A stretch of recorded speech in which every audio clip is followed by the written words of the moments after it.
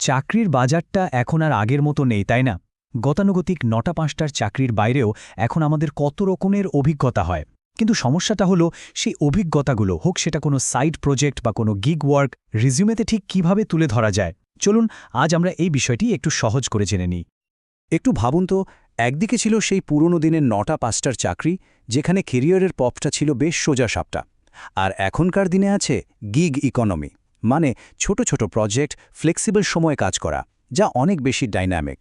কিন্তু মজার ব্যাপার হলো, এই নতুন ধরনের কাজের অভিজ্ঞতা দেখানোর জন্য আমরা এখনও সেই পুরনো ধাঁচের রিজিউমে ব্যবহার করছি। আর এখানেই মূল সমস্যাটা হচ্ছে। মানে নতুন দিনের গল্পটা পুরনো দিনের ভাষায় বলার চেষ্টা করা হচ্ছে, যা প্রায় অসম্ভব। তো এই সমস্যা থেকে বের হতে আমরা কয়েকটা ধাপে এগোব। প্রথমে দেখব আধুনিক রিজিউমের আসল সমস্যাটা কোথায়। তারপর গিগ ওয়ার্ক আর বিভিন্ন প্রজেক্টের অভিজ্ঞতাকে কিভাবে একটা সম্পদে পরিণত করা যায় তা নিয়ে কথা বলবো। আর সবশেষে সার্টিফিকেট আর একটা শক্তিশালী অনলাইন ব্র্যান্ড তৈরি করে নিজের গল্পটা কিভাবে আরও ভালোভাবে বলা যায় সেটাও জানব। সবকিছুর আগে যে জিনিসটা দরকার তা হলো আমাদের চিন্তাভাবনায় একটা বদল আনা। প্রথমে এই ধারণা থেকে বেরিয়ে আসতে হবে যে রিজিউমে মানে কেবল কয়েকটা চাকরির তালিকা।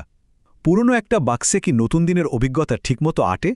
ঠিক তেমনি পুরনো নিয়মের মধ্যে নতুন অভিজ্ঞতাকে জোর করে ঢোকানোর চেষ্টা করলে এর আসল মূল্যটাই হারিয়ে যায়।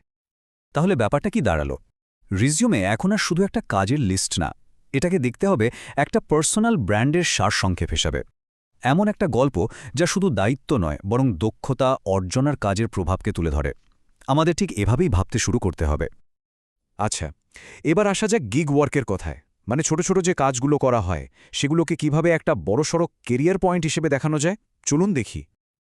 গিগ ওয়ার্ক দেখানোর জন্য কয়েকটা সহজ কিন্তু দারুণ কাজের নিয়ম আছে। দেখুন, নিয়োগকর্তারা শুধু জানতে চান না যে কি কাজ করা হয়েছে, তারা দেখতে চান সেই কাজের ফলটা কি ছিল। তাই শুধু কাস্টমার সার্ভিস দিয়েছি বললে হবে না, বলতে হবে ঠিক কতটা ভালো সার্ভিস দেওয়া হয়েছে, মাগারি একটা সংখ্যা দিয়ে।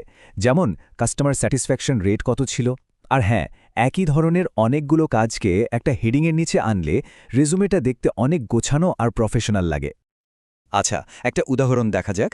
ধরুন একজন ডেলিভারি ড্রাইভার, তার কাজটাকে কিভাবে আকর্ষণীয় করে তোলা যায়। এখানে খেয়াল করে দেখুন, শুধু ডেলিভারি করেছি বলা হয়নি, বলা হয়েছে ১,০০০-এরও বেশি অর্ডার, ৯৮% অন টাইম ডেলিভারি।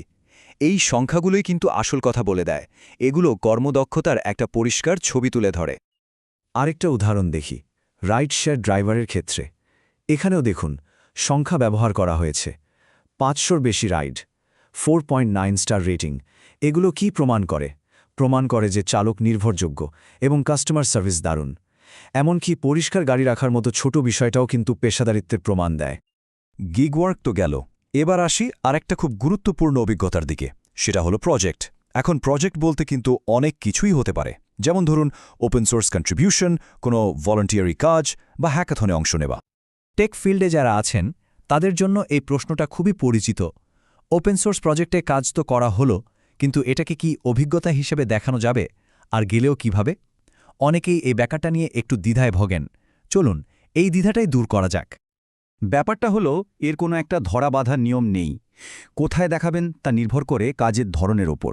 যেমন ধরুন, যদি কন্ট্রিবিউশনটা খুব বড় হয় আর সেই প্রজেক্টের আসল ইউজার থাকে, তাহলে এটাকে এক্সপিরিয়েন্স সেকশনে রাখা যায়। তবে সবচেয়ে কমন প্র্যাকটিস হলো এটাকে আলাদা প্রজেক্ট সেকশনে দেখানো। আর হ্যাঁ, যদি বেশ কয়েকটা বড় কন্ট্রিবিউশন থাকে, তাহলে তো একটা আলাদা সেকশনই বানিয়ে ফেলা যায়। আসল কথা হলো এই সব অভিজ্ঞতাকে এক সুতোয় গাঁথতে হবে। মানে রিজুমে, গিটহাব, পোর্টফোলিও, লিঙ্কডইন সব জায়গায় যেন একই গল্পের প্রতিফলন থাকে। আর সবচেয়ে ভালো হয় যদি কভার লেটারে এই অভিজ্ঞতার সাথে চাকরির কি কি মিল আছে সেটা সরাসরি দেখিয়ে দেওয়া যায়। এটা কিন্তু একটা গেম চেঞ্জার হতে পারে। ওপেন সোর্স ছাড়াও কিন্তু আরও অনেক মূল্যবান প্রজেক্ট আছে। যেমন ধরুন ভলেন্টারি কাজ, হয়তো একটা ফান্ড রেজিং ইভেন্ট অর্গানাইজ করা হলো, বা কোনো ব্লাড ড্রাইভ। এগুলো কি দেখায়? এগুলো কিন্তু নেতৃত্ব আর সাংগঠনিক দক্ষতার দারুণ প্রমাণ। আবার ধরুন হ্যাকাথন, এটা প্রমাণ করে যে খুব কম সময়ে চাপের মধ্যেও দারুণ কাজ করা সম্ভব। আর নিয়োগকর্তারা কিন্তু এই সফট স্কিলগুলোই এখন অনেক বেশি খোঁজেন। আচ্ছা, প্রজেক্টের কথা তো হলো, এবার চলুন দেখি সার্টিফিকেট আর স্কিলস যোগ করে প্রোফাইলটাকে কিভাবে আরও মজবুত করা যায়। একটা কমন ভুল হলো যত সার্টিফিকেট আছে সব রিজিউমেতে দিয়ে দেওয়া। কিন্তু এটা করা একদমই উচিত না। এখানে বাছাই করাটা খুব জরুরি। কখন যোগ করবেন? যখন দেখবেন ওটা চাকরির জন্য দরকার বা ইন্ডাস্ট্রিতে ওটার দাম আছে। আর কখন বাদ দেবেন? যদি ওটা চাকরির সাথে একেবারেই অপ্রাসঙ্গিক হয় বা ধরুন সেটার মেয়াদি শেষ হয়ে গেছে। এসব সার্টিফিকেট রাখলে বরং রিজিউমের মান কমে যায়। আচ্ছা, সার্টিফিকেট তো যোগ করা হলো, কিন্তু কোথায় রাখবেন এটাও কিন্তু একটা স্ট্র্যাটেজিক সিদ্ধান্ত। যদি সার্টিফিকেটটা খুব পরিচিত আর গুরুত্বপূর্ণ হয়, যেমন ধরুন পিএমপি, তাহলে তো ওটার নামের পাশেই দিয়ে দেওয়া যায়। বেশিরভাগ সময় এডুকেশন সেকশনেই রাখা হয়। তবে যদি হাতে বেশ কয়েকটা সার্টিফিকেট থাকে, তাহলে সবচেয়ে ভালো হয় একটা আলাদা সার্টিফিকেশন সেকশন তৈরি করা। এতে রিজিউমেটা দেখতেও গোছানো লাগে। তো আমরা আমাদের আলোচনার একদম শেষ পর্যায়ে চলে এসেছি। এতক্ষণ যা নিয়ে কথা হলো সেই সব কিছুকে একসাথে মিলিয়ে কিভাবে একটা শক্তিশালী অনলাইন ব্র্যান্ড তৈরি করা যায়, এবার সেটাই দেখব। স্ক্রিনের এই সংখ্যাটার দিকে একবার তাকান। 56%। এর মানে কি? এর মানে হলো অর্ধেকেরও বেশি হায়ারিং ম্যানেজার একটা ভালো পার্সোনাল পোর্টফোলিওকে অন্য যে কোনো কিছুর চেয়ে বেশি গুরুত্ব দেন। কারণটা কিন্তু খুবই সহজ। রিজিউমে হলো দাবির মতো, যেখানে বলা থাকে আমি এটা পারি, আর পোর্টফোলিও হলো সেই দাবির প্রমাণ, যেখানে কাজের নমুনা দেখানো থাকে। আর বুঝতেই পারছেন, দাবির চেয়ে প্রমাণের ওজন কিন্তু অনেক বেশি। তাহলে একটা ভালো প্রফেশনাল ব্র্যান্ডের টুলকিটে কি থাকা দরকার? মূলত 3টে জিনিস। একটা সুন্দর গোছানো লিঙ্কডইন প্রোফাইল, যেটা আপনার ডিজিটাল পরিচয়ের মতো, একটা পোর্টফোলিও ওয়েবসাইট যেখানে আপনার সেরা কাজগুলো থাকবে, আর যদি টেক ফিল্ডে হন তাহলে অবশ্যই একটা অ্যাক্টিভ গিটহাব প্রোফাইল। এই 3টে জিনিস যখন একসাথে কাজ করে, তখনই একটা সম্পূর্ণ গল্প তৈরি হয়। পুরো আলোচনার শেষে আমরা একটা কথা বলতেই পারি, সেটা হলো কেরিয়ার মানে এখন আর শুধু কয়েকটা চাকরির লিস্ট না, বরং কেরিয়ার হলো একটা পোর্টফোলিও। কিসের পোর্টফোলিও?